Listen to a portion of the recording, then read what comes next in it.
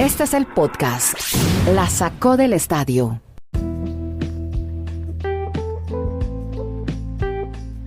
Hola, ¿cómo están? Bienvenidos a este episodio especial del podcast La Sacó del Estadio. Episodio 678, señor. Eso, muchas gracias, hombre, Dani Marulanda. Casi me cueve fuera de base. Claro. No podemos estar fuera de base porque los Caimanes sí que están calientes. Bueno, solo habían participado 2 veces en la Serie del Caribe y habían acumulado 10 derrotas en el mismo número de juegos.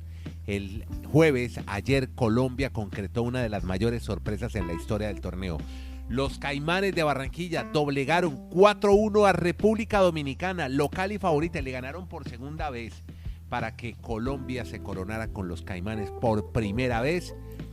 Hay gran felicidad en Colombia, buena parte de los pronósticos apuntaban a que Colombia volvería otra vez a ser último.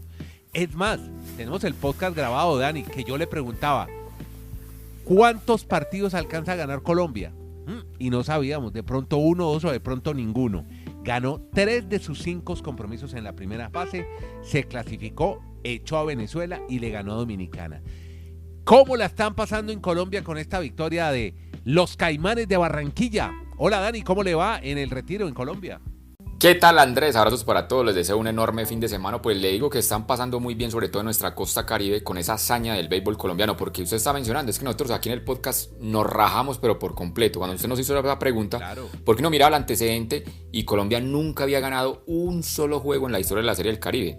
Hace apenas 3 años, desde el 2019, cuando los Vaqueros fueron campeones, fueron a la Serie del Caribe del 2020 y todos habían perdido los juegos los Vaqueros, luego estos mismos Caimanes, y aquí sorprenden a este mundo caribeño básicamente donde está enfocada la Serie del Caribe, pues ganando en total 5 juegos, perdiendo 2, pero lo más sorpresivo es derrotar 2 veces a Venezuela, a los Navegantes del Magallanes, que ha sido campeón histórico de la Serie del Caribe, ganarle 2 veces al equipo de República Dominicana, sí, los a estos gigantes del Cibao. Exacto. Y ganarle en su estadio.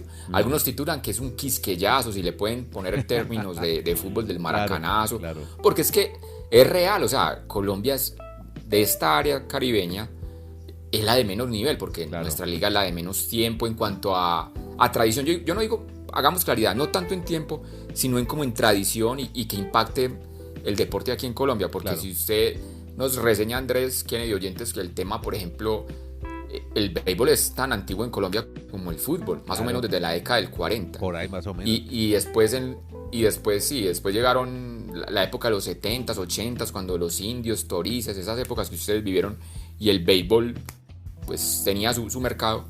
Pero yo creo que ha sido muy importante, sobre todo en los últimos tiempos, Edgar Rentería, con el apoyo a hacer scouting, pues a darle la oportunidad a niños y jóvenes.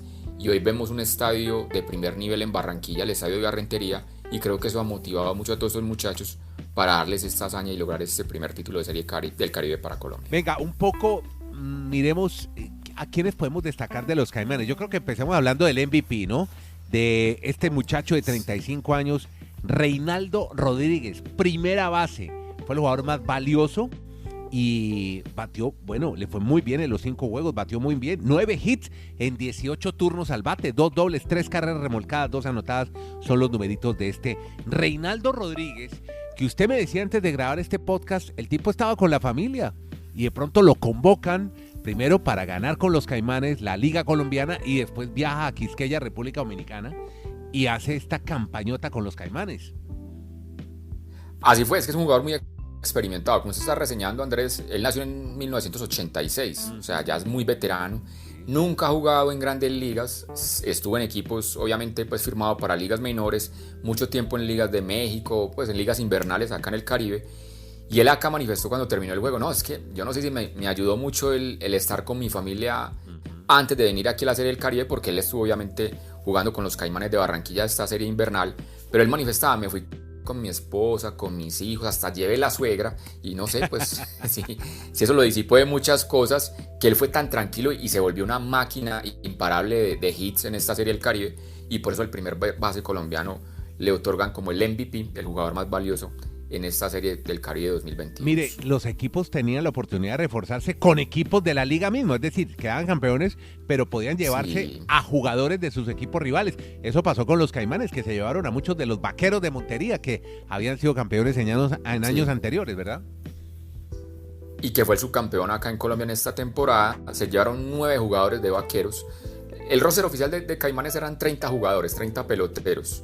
9 eran refuerzos de Vaqueros, y para los que dicen, pero es que habían muchos dominicanos, habían muchos... Es que es normal, esto es un enfrentamiento entre equipos por países, no de selecciones. Entonces claro. Colombia sí que tenía 8 dominicanos, tenía 2 venezolanos, uno de Taiwán, uno de Estados Unidos, pero el resto, los otros 18 sí colombianos. Y creo que ayer en el partido más clave, por ejemplo, ese muchacho Elkin Alcalá, que apenas tiene 24 años, hace parte de la organización de los Miami Marlins. Ese fue el abridor en la final. Ayer fue clave, sí. O sea, no permitió, retiró 19, colgó 19 outs sin permitir carrera. Ese jugador le dio mucha importancia ayer al triunfo de los Caimanes. Mire, hay que ver también que la Major League Baseball está muy conectada con esta serie del Caribe. Tienen muchos convenios, lo mismo que con las federaciones locales. Esto es un trabajo que se venía haciendo hace mucho tiempo en el Caribe colombiano. Lo que pasa es que pues no tenía tanta visibilidad. En la costa sí hablaban mucho de béisbol, se ve mucho béisbol. Telecaribe pasa juegos permanentemente y ya había un crecimiento, sobre todo en divisiones menores, y muchos peloteros jóvenes, Dani, que han ido viajando a los Estados Unidos, pero se van de forma silenciosa y van creciendo dentro de los equipos de las grandes ligas. Pero eso sí, hay un trabajo de Major League Baseball donde van, dictan talleres, dictan clínicas con peloteros, con entrenadores. Mira el caso de Mosquera y de Pipi Urueta, que fueron los 2 entrenadores de los 2 equipos finalistas, y los 2 nacidos en Colombia, Dani. Efectivamente, eso ha ayudado mucho al crecimiento del béisbol en nuestra costa caribe. Todo ese aprendizaje directamente manejado por MLB, porque lo que sí se sabe es que muchos talentos incluso firman bonos. Si uno dice, por ejemplo, bonos de $300,000, $500,000, hasta $1 millón para muchachos que son prácticamente adolescentes, y que incluso muchos de los peloteros dicen, hay que hacer un trabajo mental, hay que acompañar a las familias, porque muchos de esos muchachos firman el bono, se enloquecen, y muchos de ellos no alcanzan a llegar al equipo de grandes ligas, porque pues, de la noche a la mañana al verse con todo ese dinero es difícil a veces entender eso desde la parte mental. Pero todo eso que usted dice, Andrés, ha ayudado mucho, y yo insisto, el tema de los escenarios, es que obviamente aquí todo el mundo se refiere al estadio de Barranquilla, claro, al Edgar Rentería, porque es un estadio que tiene las medidas reglamentarias, o al menos el esquema de cómo es un un estadio de grandes ligas, aunque sea solo para 12,000 espectadores. Pero si usted va un poquito más allá, vaya por ejemplo a Turbaco. Turbaco es una zona en Bolívar, donde la mayor delegación de los jugadores que fueron a esta serie del Caribe son de Bolívar, y donde más han jugado son en Turbaco. Incluso hay jugadores que este fin de semana le están planeando en esa alcaldía una recepción estilo pues de campeones, porque se lo merecen. Entonces esos lugares y también por ejemplo Montería, Sincelejo, en otras épocas sus estadios pues poco a poco han ido mejorando, y eso motiva que sobre todo los niños y los adolescentes, los más jóvenes, pues se entusiasmen por ser beisbolistas para el deporte en el Colombia. Mucha gente tenía, yo por ejemplo siempre vi a Turbaco, una ciudad muy importante en Bolívar, pero además donde venden una gran arepa de huevo. La arepa de huevo Turbaco es de las mejores arepas de huevo, y seguramente va a haber una recepción para estos peloteros con arepa de huevo de Turbaco.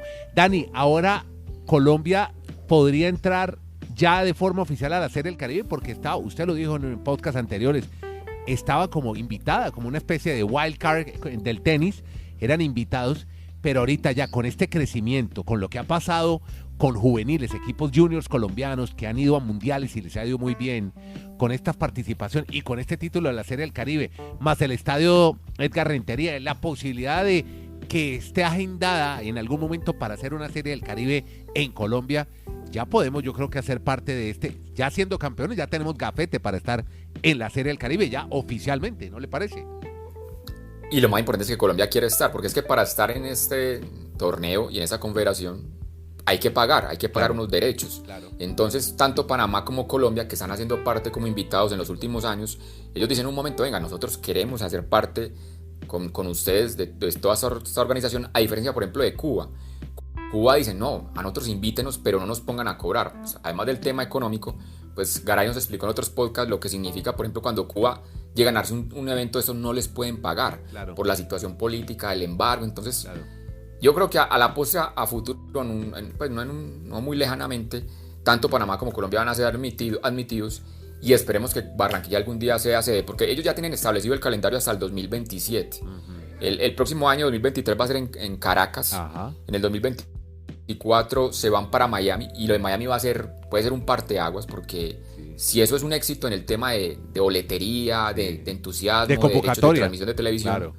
Exacto, entrarían más años en la rotación Miami, porque el 2025 va, por ejemplo, para Mexicali, en México, en el 2026 a Bayamón, en Puerto Rico, 2027 vuelven otra vez a territorio mexicano con Hermosillo, y el 2028, si a Miami le va bien en el 2024, Claro. volvería el 2028 a Miami. Entonces, hay que esperar cómo evolucionan esas nuevas sedes o esos nuevos años, y esperar por qué no Barranquilla. Si, por ejemplo, Caracas no está políticamente en condiciones económicas el año entrante de realizarla, yo creo que Barranquilla sería capaz de levantar la mano y decir, venga, pues no vayan a Venezuela, hagámosla aquí en Barranquilla, y eso sería un impacto muy importante para el crecimiento del béisbol en Colombia. Hay más posibilidad, créannos, se los decimos en este podcast, de hacer la Serie del Caribe en Barranquilla que hacer una válida del Campeonato Mundial de Fórmula 1, que es ese globo que han lanzado desde Barranquilla, claro. que es un poco Claro. iluso pensar en esa posibilidad, además por la inversión tan grande que hay que hacer. Aquí también, pero ya aquí está pues todo. Está el escenario, está el ambiente, está la afición. Y sería muy bueno que Barranquilla, con el apoyo de la familia Char, de Olímpica y de toda esa gran afición que tiene Barranquilla, pues pudiéramos hacer una Serie del Caribe en nuestro país. Barulanda, y por ahí vi que desempolvó la foto con el Pitbull Ramírez comiendo mango y raspado en las playas de Cartagena. Muy bien, lo felicito, hombre. Sí, lo recordamos mucho, ¿se acuerda? Cuando en el podcast estuvimos en los Juegos Nacionales 2019, precisamente que se desarrollaron en Paco, era una de las sedes, y en Cartagena, y pues disfrutamos. O sea, estos muchachos son tan humildes, o sea, practican este deporte todavía por tanta alegría, que él ya estando en Grandes Ligas, vino en su temporada de vacaciones, Jugó por Bolívar. con el departamento. Claro. Exacto, donde él nació, él es de Cartagena, Claro. y allí pues se integró con todos esos peloteros, y todos son básicamente la misma historia. También Dilson Herrera estuvo en esos Juegos Nacionales, y ahora los vemos como campeones por primera vez de una Serie del Caribe. Bueno, muy bien. Pues queríamos, amigos, hoy en esta edición especial del podcast La Sacó del Estadio, hacerle un homenaje al equipo de los Caimanes de Barranquilla con Dani Marulanda, que estuvo muy atento a la Serie del Caribe y ha seguido muy de cerca todo lo que es el desarrollo del béisbol colombiano y el Caribe en los últimos años. Así que, Dani, yo creo que hicimos bueno este especial. Gracias a usted por acompañarnos. Y nada, y nos encontramos en el próximo episodio, la próxima semana, especial de los Caimanes, con esa gran victoria, con un deporte americano, el béisbol, que le ha dado gloria a Colombia. Lo que no pudo el fútbol, lo logró el béisbol. Dani, muchas gracias. A usted, Andrés. Nos seguimos reencontrando aquí en la Sacó del Estadio Podcast. Exacto. Bien, chao, gracias. Dale, pues.